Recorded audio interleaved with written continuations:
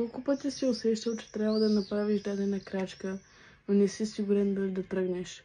Понякога Божията посока не е удобна, не е логична, не е дори това, което си се мечтал. Но когато Бог говори, сигурното място вече не е там, където си, а там, където Той те води. Матей 2 глава 12 до 15 стих казват: и като им бе заповядано от Бога на сън да не се връщат при Ирода, става въпрос за мъдреците, те си отидоха по друг път в своята страна.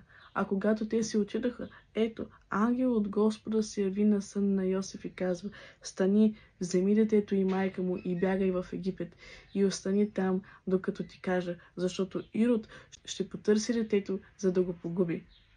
И той стана, взе детето и майка му през нощта и отиде в Египет и остана там до смъртта на Ирода, за да се изпълни реченото от Господа чрез пророка, който казва: от Египет повиках сина си. Този пасаж ни показва три изключително важни неща. Първо, Бог говори и очаква реакция. Ангелът не дава обяснения, а само посока. Стани, вземи, бягай. Някои от нас чакат всички подробности, но Бог търси хора, които ще му се доверят веднага, както Йосиф. Второ, Йосиф се покорява отново. Той не е просто добър съпруг. Той е мъж, който слуша Божия глас и действа, дори когато не разбира всичко. Той е един отличен пример на библейския ред в едно семейство. Първо е Христос, после е мъжа в семейството, после жената и след нея децата. Христос е глава на мъжа, мъжа е глава на жената и жената е глава на децата. Покорството на Йосиф в случая защитава Месията. Понякога твоето да към Бога ще предпази нещо свято, дори да не го осъзнаваш веднага. Трето, Бог изпълнява пророчествата, дори чрез бягство. От Египет повиках сина си е пророчество от Осия 11 глава 1 стих. Това древно пророчество, което на пръв поглед описва изхода на Израел от Египет, чрез малкия Исус, Бог показва, както Израел бе повикан от робството, така и Месията ще излезе от Египет, за да донесе истинската свобода.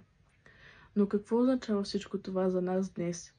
Може би си в момент, в който усещаш, че Бог ти казва да се преместиш, да напуснеш нещо, да тръгнеш в нова посока. Не чакай всичко да бъде ясно. Чуй, стани и тръгни, ако Бог говори.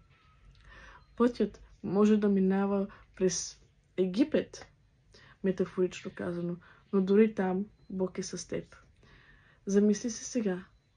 Чувал ли си напоследък Божия глас, който те кани да направиш крачка вяра?